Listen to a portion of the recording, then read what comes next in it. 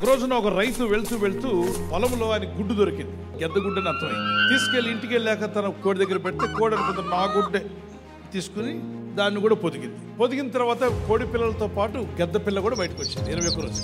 ఈ పిల్లలన్నీ నడుస్తున్నప్పుడు కోడి చెప్తుందట, ఏమే పిల్లలారా జాగ్రత్త, మనం ఎత్తు ఎగరలేం, మన ఎత్తు అంతా ఇంతే, కాబట్టి బాగా ఎగరడానికి ప్రయత్నం చేయకండి. రెక్కలున్నాయి కానీ మన రెక్కలు ఆకాశంలో ఎగరడానికి పనికిరావు, మన ఎత్తు ఇంతే అంటూ దాని మైండ్ సెట్ అంతా కూడా తల్లి చెప్తున్నట్టుగా ఈ గెద్ద పిల్ల కూడా తల్లితో చూస్తూ నడుస్తూ ఉంది. కోడి పిల్లలన్నీ ఎలా తింటే అలాగే తినాలని చెప్పి ఇది కూడా తింటుంది. తన మనసులో ఎక్కడో అనిపిస్తుందట, నేను ఎగరగలుగుతాను.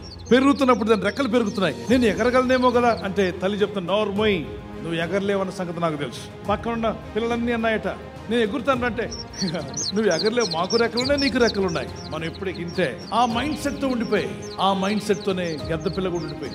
ఒక రోజున ఒక గెద్ద ఎగురుతూ గట్టిగా పిలిచిందట, గెద్ద పిల్ల నువ్వు నాలా ఎగరగలవు, మా అమ్మ చెప్పింది ఎగరలేనని. అంతే చెప్తుంది, నువ్వు ఎగరగలవు, నువ్వు ఎగరడానికి దేవుడు నిన్ను పుట్టించాడు, నువ్వు పైకి వచ్చే రోజు రాబోతుంది, నువ్వు పైకి ఎగురుతావు, ప్రయత్నం చేయి. లాస్ట్కి పైకి ఎగిరింది.